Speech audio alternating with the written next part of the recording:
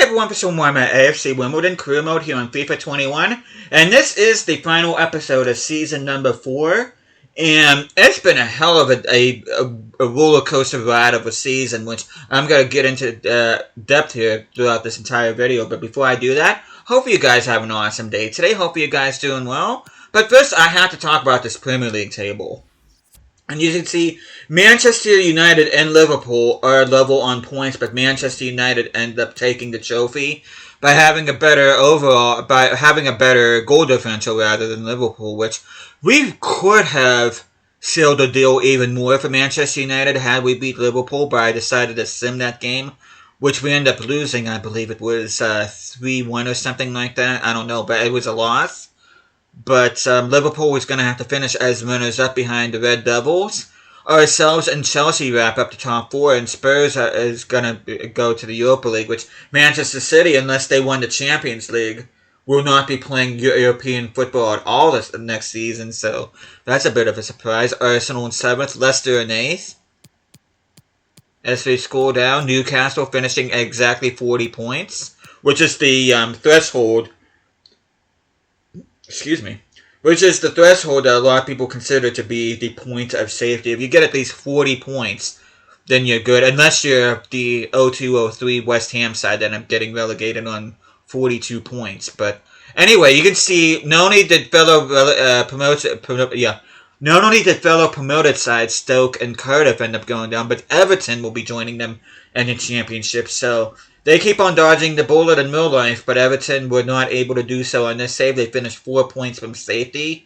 Palace finishing 17th and Bournemouth finishing 16th. But, so yeah, it should be a rather interesting Champions League field next year. So, but of course, last episode you saw us winning the FA Cup against Leicester City. We ended up beating Everton 4-0 in round 3. Round 4, we ended up beating Stoke City 3-1. Round 5, we ended up beating Brentford 4-2. So we got a pretty decent draw up until the final. Leeds United, we ended up beating 4-0. In semifinals, we ended up beating Manchester City 4-3. Which it seems like we versed Manchester City in every single freaking cup competition. At least, I don't think there's been a cup competition where we didn't either beat them or they knocked us out first, but it's whatever. Carabao Cup was won by Liverpool. They beat West Ham 1-0. Which, let me see, where did we exit out of this tournament? Okay, we went in round 1. Okay, we beat Peterborough 4-0. Round 3, we end up beating Spurs 2-1. And we end up getting knocked out by, Man City 5-4 on penalties after a 3-3 draw in normal time, which that would have been a hell of a game to watch. And Liverpool ended up knocking Newcastle out in the semifinals. Super Cup at the beginning of the season was won by Chelsea. They ended up beating Lyon, which Lyon were the Champions League winners and Chelsea were the Europa League winners. Champions League was won by, of course,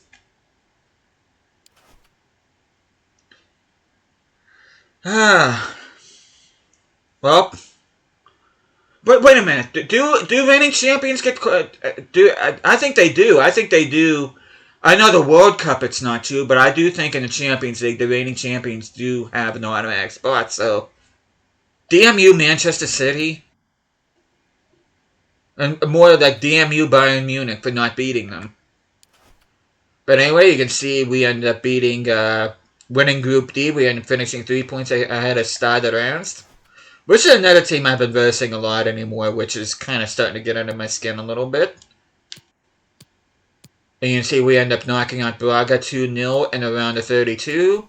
Round of 16, where we ended up beating Ajax 5-1 on aggregate. Quarterfinals, we ended up eliminating Valencia 5-1 on aggregate. In the semifinals, we ended up beating Club Brugge 6-3 on aggregate, which Atletico Madrid knocked out Leverkusen 7-4 on aggregate. And I just had to jinx it. I said Unless Manchester City win the Champions League, and sure, lo and behold, they end up winning Champions League. So, unfortunately, we will probably have to deal with him at some point next season. I just know it. But you see, Mo Salah ended up getting the Golden Boot in the Premier League. Kasper Dolberg was 4 behind him. Olise with 12 goals. Most assists goes to Marcus Rashford with 12. Dolberg and Harit each with 8. Olise with 8 as well, so all 3 players with 8. Lorazabal with 6. Clean sheets, let's see. Van der Voort with 4 clean sheets and Moyano with 3, so only a combined 7 clean sheets in the Premier League, which isn't all that great. Let's see. Neither goalkeeper is on that list. McLaughlin with the most assists in the FA Cup with 5, which is one ahead of Andre Ivan. Chilufya is in there with 3. Loyadice with 2. James Maddison with the most goals with 7, which is one ahead of both Izzy Brown and Andre Ivan. McLaughlin, Chilufya each with 3. Okay, let's take a look at anybody's. Okay, we do have Jensen with 3 goals in the Carabao Cup, and he also had the most assists. So, despite us getting knocked out rather early in the competition, Jensen ended up becoming a decent player for us.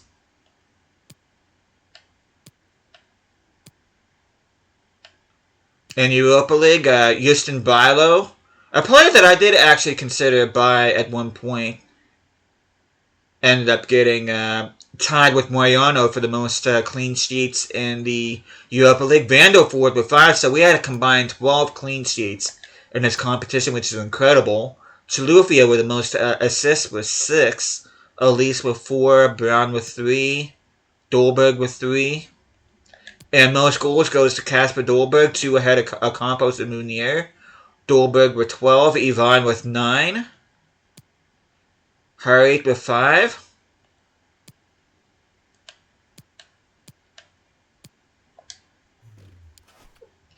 Now we're going to take a look at the rest of England, starting with the Championship, which we know Everton, Stoke, and Cardiff will be going down. Let's see who will be going up. Championship, Nottingham Forest and Brentford come up. Decent campaigns. Fulham also Centurions, but they're going to have to battle it out between Burnley, Leeds, and West Brom, which I do kind of, since Fulham lost the playoff final against Cardiff last year, I kind of hope they do come up next year. But if it's not them, I'm definitely pulling for Leeds. But the relegated sides are Middlesbrough, Portsmouth, and Sunderland, all going down. 2 of the relegated sides are Northeast clubs. League 1. Ipswich and Rotherham go up. Hull, Colchester, Birmingham, Blackpool are going to have to battle out in the playoffs. Relegated sides, MK Dons are going back down. Crewe Alexandra, Northampton, and Cheltenham Town join them. In League 2, Bolton, Walsall, and Port Vale will be going back up with Bradford, Crawley Town, Scunthorpe, and Carlisle battling out in playoffs. Why am I burping so much? But relegated sides of relegation was a thing would be Harrogate Town and Grimsby Town. But we are going to take a look at objectives here. Youth development, which is critical. We have 17 players eligible next season to play in 20 matches. And we have to get 4 of them to play, so I'm going to have to determine which players I do want to do for that particular objective. Brand exposure, we end up getting both of those with no problem. Financial, we got the notification of that last episode. We did both the domestic success and we got the continental success. But we're going to take a look at our youth academy here real quick. We only got 3 players, so this really isn't going to take all that long. Nordstrom is 6'6", which is a big boy to have in between the sticks. But we're going to take a look at development plans.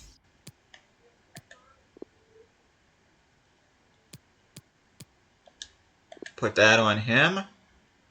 And Gotti, I'm just going to go ahead and just do that.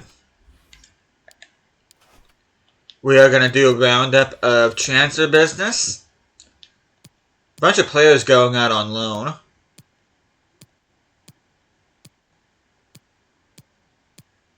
course, we do have a permanent install going to Central Cordoba. Julian Green ended up going to Nottingham Forest. George Thomas ended up going to Valladolid. Budani going to Emma. And all the rest are incomings.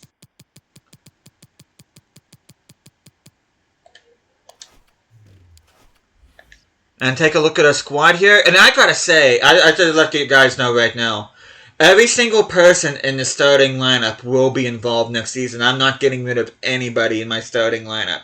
Now, that's not necessarily saying that every single buddy in the starting lineup will be there. Some of them may drop down to the bench. But, all of them are going to be going in. And I will be attempting to make my backup squad a little bit stronger. But you see Moyano's already at an 80, which is impressive.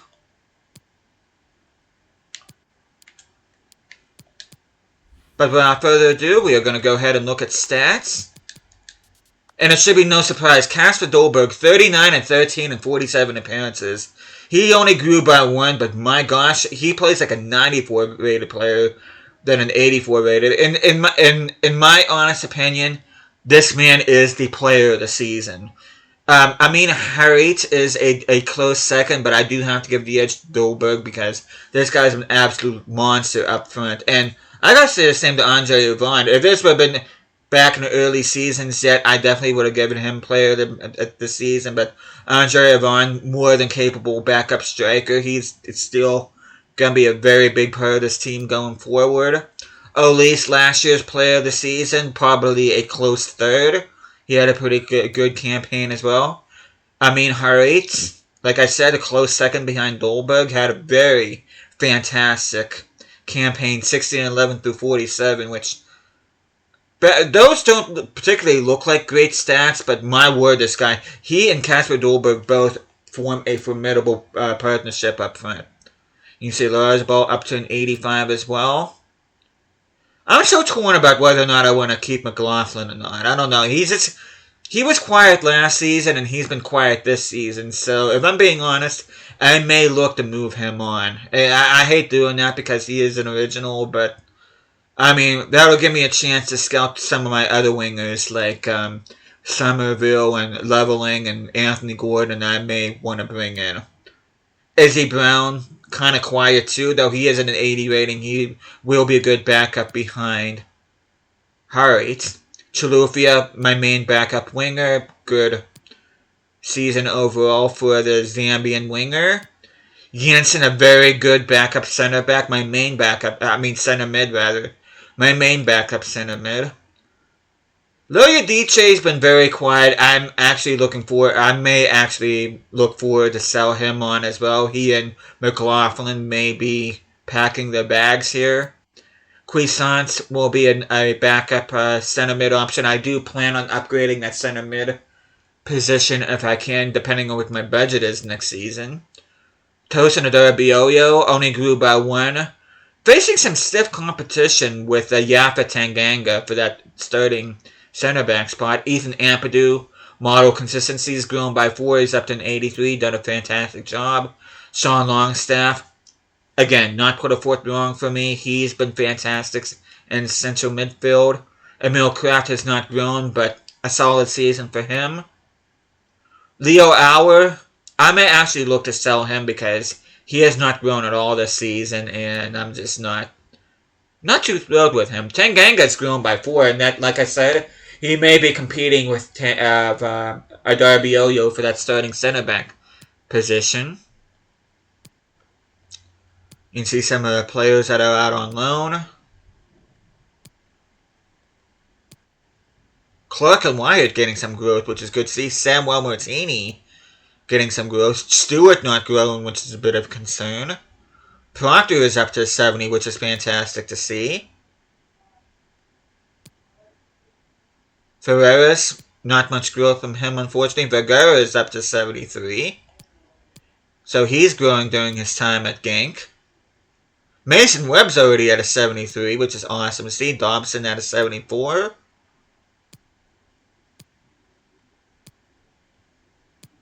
Yeah, a lot of these players are going to be using for the objective next year.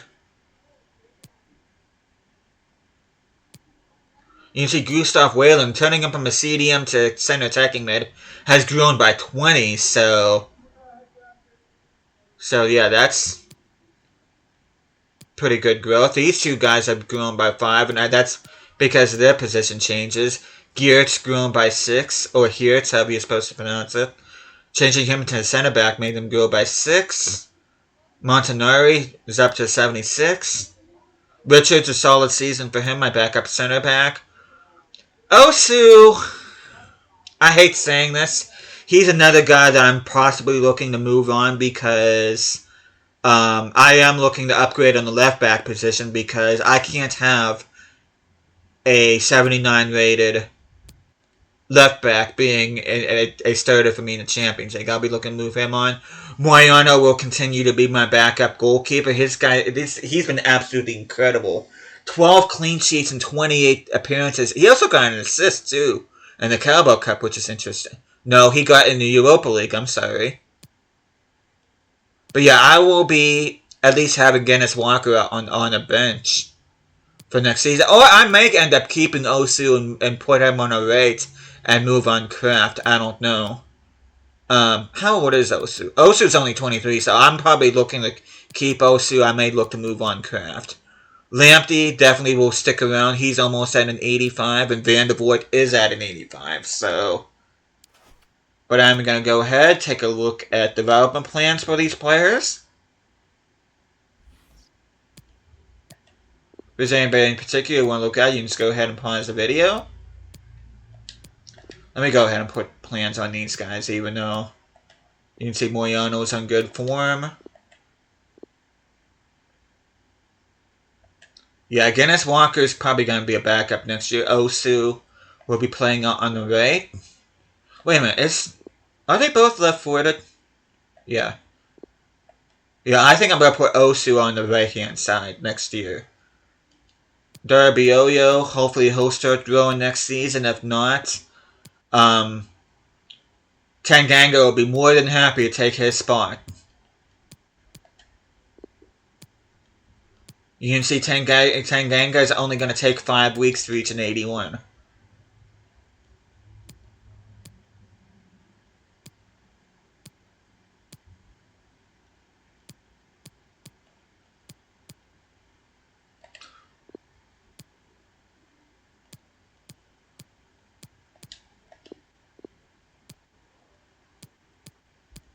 Ooh. Some good growth on these players. Yeah, Kraft. I'm probably going to move on Kraft. I feel better moving on Kraft than what I do Osu, just simply because Kraft I end up getting from the free agent market. So, no matter how you look at it, if I sell him, I'm going to be making a profit because I actually did not pay a transfer fee for him.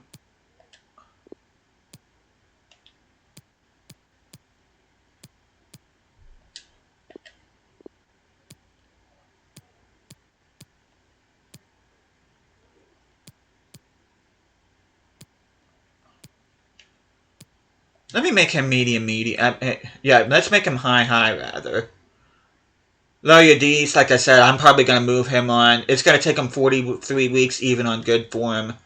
I'll be lucky if he reaches a 76. Cuisance, I could actually convert to a center attacking mid. And look to get, and see if I can either move on Izzy Brown or what. But I kind of don't want to get rid of Izzy Brown either, so... Even though Cuisance will probably be better in that cam position, I'm probably going to keep both Cuisance and Brown. I don't know. I've got decisions to make next year. Longstaff, I really don't care if he doesn't grow anymore because he's been fantastic and he's already at that magical 85 rating. Whalen, the guy that's a Wallen.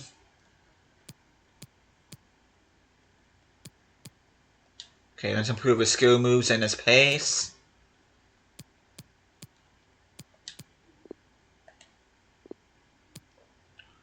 Izzy Brown.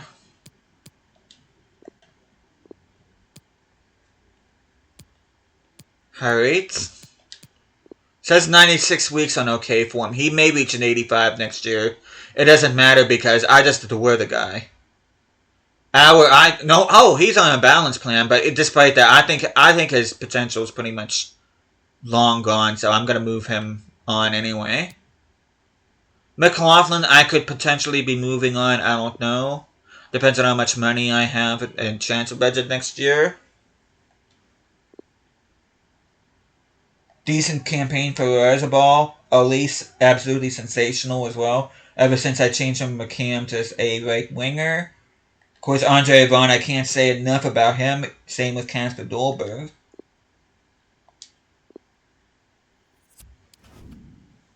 But there we go. That is pretty much...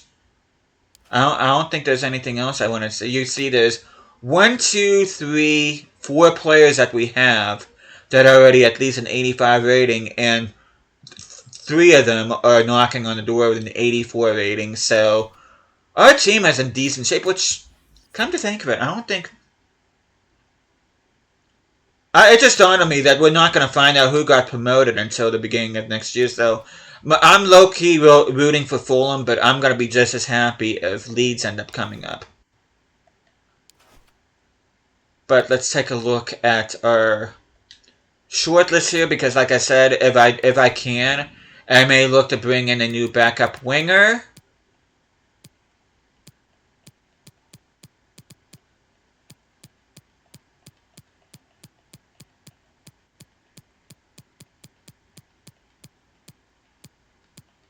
Which I'm just going to go ahead. I'm going to have to re-scout Anthony Gordon and Somerville on that.